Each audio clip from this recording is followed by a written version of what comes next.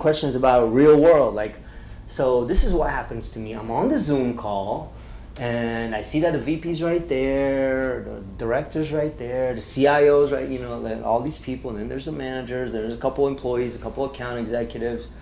And when I see all these little video cameras, this is my experience. This is what happened last week. Like, give me anything. Or like, hey, I have a conference coming up, and I'm not quite sure how to get rid of the nerves.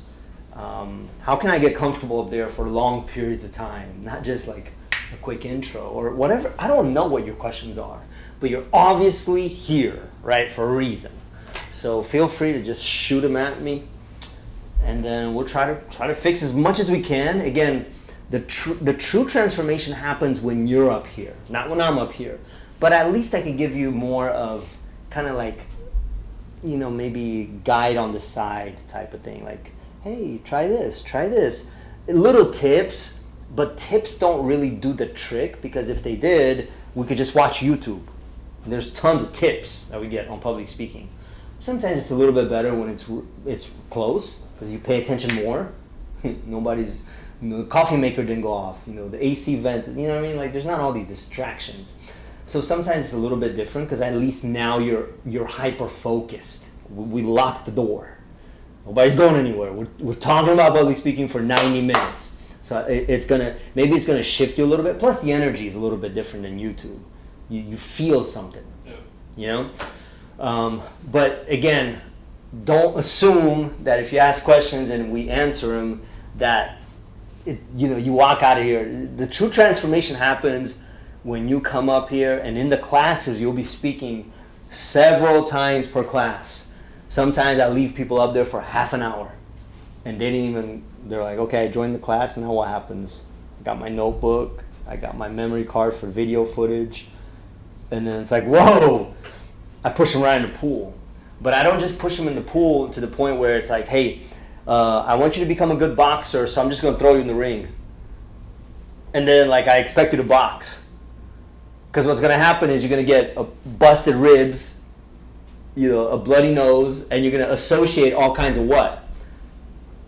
Pain and trauma to being in the ring. Not a good experience. Not a good experience. So you're not going to get better just by practicing more. That's why a lot of times people think, oh, so if I just put the camera on myself and do a selfie video, right? Well, maybe you might notice a few things, but that alone is not going to help you. Now, let's further this analogy. If I said, hey, I want you to become a good boxer, and what I'm going to do is I'm going to put you with a real top level coach. And you and that coach, you work together, and then we're going to have sparring sessions. Everything is climate controlled. It's designed to make you, like feel safe in the process, but learn the skill at the same time. Do you think your chances will go up? You think you actually learn a few things about how to box. So you wouldn't associate trauma to being in the ring. You would associate more like power, learning a new skill. Right? So sometimes just putting yourself in that exposure therapy mindset is not the answer. You got to have a trained eye. The best of the best of the best, they understand that you have to have coaches. Michael Jordan, he had 11 coaches. None of them were as good as him in playing basketball. He's the best that ever was, and he's the best that ever will be. Why would the best that ever was and best that ever will be ever have 11 coaches that were all subpar his basketball playing abilities? Why would Jordan have 11 coaches when he's the best in the world? So when you get better, is to have that input from other people. I think there's a lot of input from Phil Jackson too. Coach Phil Jackson and all, but he had 11 other coaches. One of them I met in Miami. His name's Tim Grover, and it was all about like mindset. So the best became the best because he was always coachable. He was always getting coaching, right? So the best understand in any kind of profession, whether it's IT, risk management, whatever it is, philanthropical, endeavors, whatever it is, they understand that you got to put yourself in an environment where you're able to get coaching and not like get beyond your own blind spots, because there's just so many things you can pay attention to, but a coach who's not in the frame, they can see the whole picture. They don't have a dog in the fight, like say they can see it. It's almost like you're going through a breakup and you're like, everybody could see like you're acting crazy, but like you can't see it because your emotions are like running you. It's the same thing. So that's why we need coaching, especially when we're tweaking this kind of skill. I said tweaking for a reason, not learning. You know why? You've been speaking since the age of 2.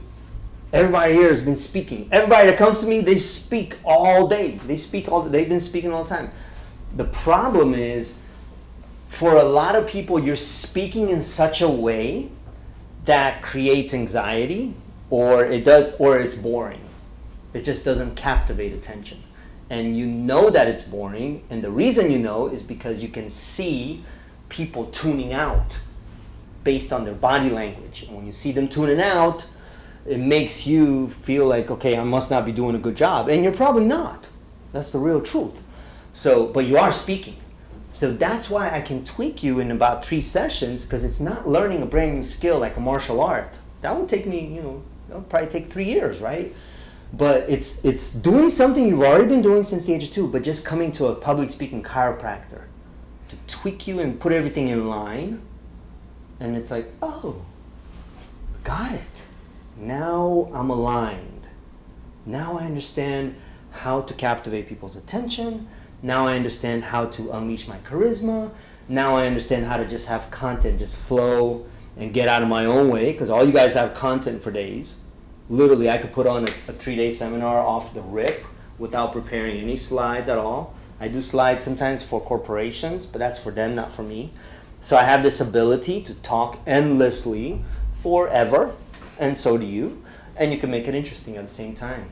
Podcasters could do it. So could you. It's a learnable skill. So inside our program, we learn those kind of skills. How to be good at improv, extemporaneous speaking. What about if senior leadership throws curveball questions? You're in a team meeting, and how do you deal with that? It's not on the slides. Like they threw a question that you weren't ready for. How do you eloquently answer that? All of these are learnable skills, right? How to be a better storyteller at a social event or with a group of friends. Is there a difference between executive storytelling and personal storytelling? And I'm not talking about once upon a time. You know what I mean? Like real storytelling. So let me parking lot, because I can go on for days, but I'm not gonna. I'm gonna give you guys a chance to ask questions. And then let's see where it goes. How long did it take your breakthrough when you were in 2012? Just like, what was it, 3 months, 2 months, 2 weeks?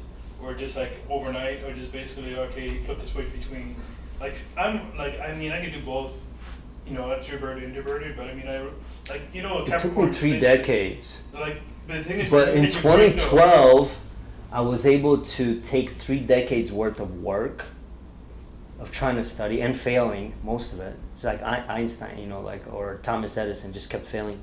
And I was able to connect all the patterns that I've been studying for 3 decades, figure out the password. And then when I did that, it was probably literally, then I said, I think this is it. That's like, I got the formula. It was like that. It was a magical moment. I used to live on Glenridge Drive at the moment, at that time. And it was like, I'm over there in my apartment on the top floor. And it's like, I was going berserk because I realized this is it. Almost like you won the Powerball or something. And then I said, okay, I got to test it now. I got to test it on myself. I tested it, boom, it worked. And then I said, I got to test it on a couple people. Tested it, I was like, bro, this is it. Then I started Atlanta Public Speaking. So it took, that whole process probably took about, I'll say maybe about 2 months to where it's like, boom. But 3 decades, seeing the patterns, connecting everything, then testing it for about 2 months to make sure. And then I opened up Atlanta Public Speaking. And I opened it up in March of 2012. So and I got, again, it was maybe about 2 months, I would say, to answer your question. Yeah. But 3 decades. Yeah, I know. To really answer your question. I know. It was interesting for me, and it wasn't the stuff that they taught me. Because again, I signed up for a lot of public speaking programs. Some of them I paid thousands of dollars for. Because again, it was a big pain point in my life. It was the one domino. It was such a big pain. Because again, my dating life, everything, I was lonely. I was suicidal. I was overweight. I was like, it was all my whole life was a mess. I was desperate. I was like, I don't care. What do I care? Like I almost like maybe I'm not even gonna be on this planet. So yeah, let's try it. And I had a optimistic mindset that one day maybe I could figure it out. And I just had that faith. And I was like, let me just try it. Maybe this program. But unfortunately, that wasn't it. It was like, maybe I figured out a few things from each of them. But it was also a lot of trial and error, to be honest, guys. And also studying a lot. Trying a lot of things, being like a lab rat, being a scientist, and just like experimenting a lot. And so a lot of it was just like stuff that I just, I did by like I figured out by like doing a lot of stuff, but most of the time failing for like decades. Yeah. What other questions do you guys have? How about storytelling? Like, how do you convey a good story? Do you take it from personal experience, or what you see in the news, or you just go off of what you feel? It's two types of storytelling. There's personal storytelling and there's observational storytelling. So personal storytelling is like, there I was. It was 2007. I'm in the middle of the ocean over there in Miami, and it was my first time jet skiing. Personal story. Observational story. The other day I was watching Anderson Cooper, and he had a very interesting guest on the show, and they were talking about nonverbal body language and how it impacts every election. It got me thinking. Observational story, something I observed. That's the difference. So you do both. And I teach people to really mix it up to make your conversation spicy. So you want to interject analogies. You want to interject questions to the audience. You want to sprinkle in personal stories. You want to sprinkle in observational stories, case studies. This is good for corporate too. Maybe quotes, some visuals, some handouts, some videos, some just opinions, sometimes just opinions, how to, like some tips, like here's the top 3 things that you should do.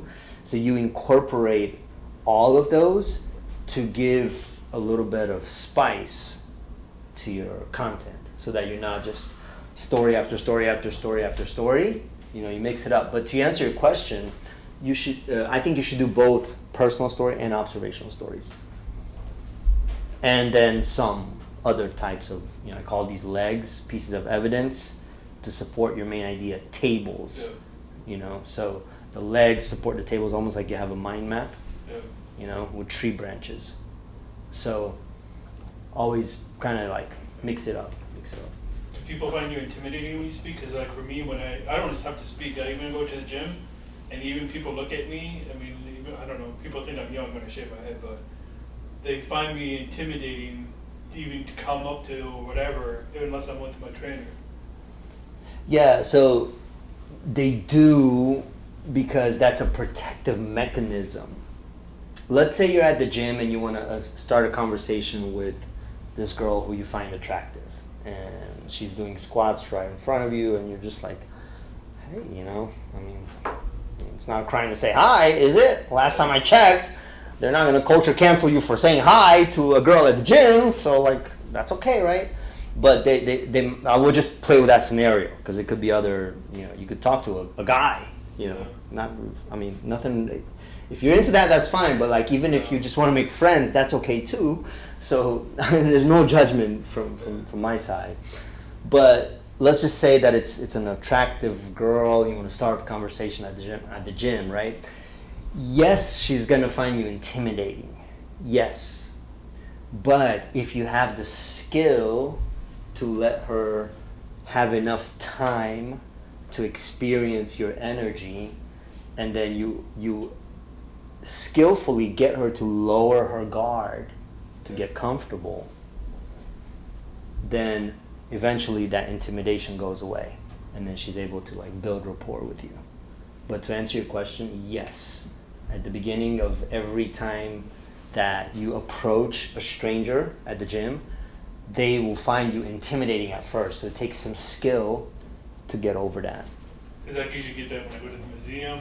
Yep. And like I'm just doing my own business, and people are just like, okay, even with their couples, they're just like, okay, leave it be. I mean, I'm a boisterous guy. I'm not a good guy. I mean, like I got nothing to hide. But it's just like you see the mannerisms of people or their microaggressions and what they move and how they move. I like to observe a lot of people. That's why I like. Me too. And sometimes they find you intimidating. Sometimes it's maybe our communication, like we might feel confident and boisterous, but maybe we're not that competent. Just almost like a homeless person coming up to you. We're talking about a homeless community this morning, and a lot of times they have no anxiety at all. They'll come up to you and they will talk, but that doesn't mean that they're competent. That just means they're confident. So how many people understand there's a big difference between competence and confidence? So it could be a combination of that too. I don't know. Like I'm not out there. I don't have I'm not out there with the social pressure. So when it's really going down, but it could be that usually people do find you intimidating just because you're like in the act of approaching them and you're a stranger. They got to figure out what do they want, you know? So there's some of that, but then also maybe it's that you're not that competent in your approach, in your communication. I don't know.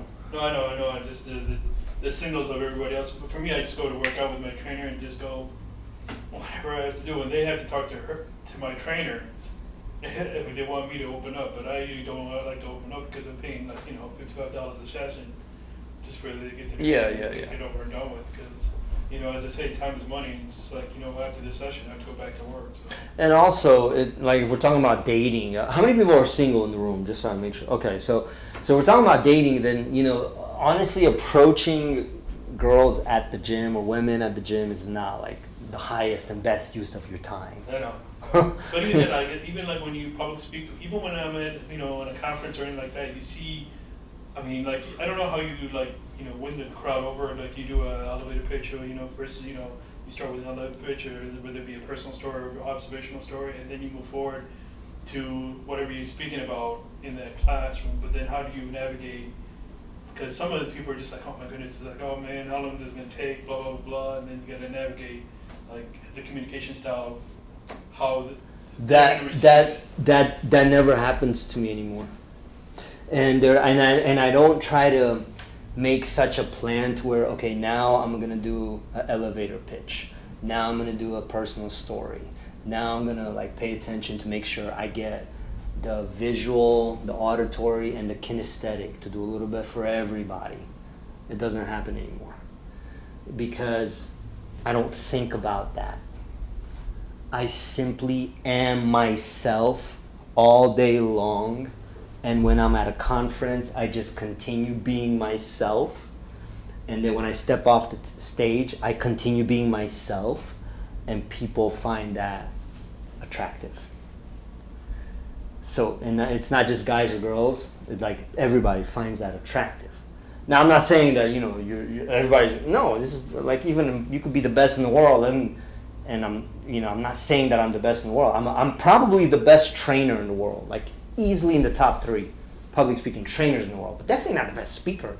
But I don't lose people's attention because I can captivate their attention for a long time simply because I'm just being myself and I'm not thinking about none of that stuff.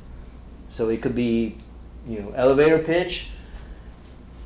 I mean, it doesn't matter. Like I'm just being my true self. I just believe that when I go up there, God is going to give me words. He's going to give me energy. A lot of this is about energy management. And I'm just going to be able to rise to the moment, be myself in that moment. And I'm going to be able to talk to people's emotions, to talk to their hearts, and to reach them in such a way to where it creates emotion inside of them. It creates some type of feeling. And when that feeling gets activated enough, it's like a little engine turning, then it gets them to think. And it gets them to ponder about what are the stuff that I'm feeling. And they start thinking and ruminating about some of the stuff that they're experiencing and what I'm saying. And then eventually what happens, it gets sticky in their mind. And when it gets sticky, it gets them to the point where emotions, feelings, plus thoughts that are repetitive creates compulsion to take action. And that's what I want. I want behavioral change. So then they start implementing some of that stuff because, again, it's like one of those things I'm not even trying to learn. It's almost like I told you to don't think of a pink elephant. Like, Red card theory. What's it called? Red card theory. Red card theory, exactly. Like how many red cards you saw see this morning? Exactly. Like The you- RAS, Yeah. reticular activator system.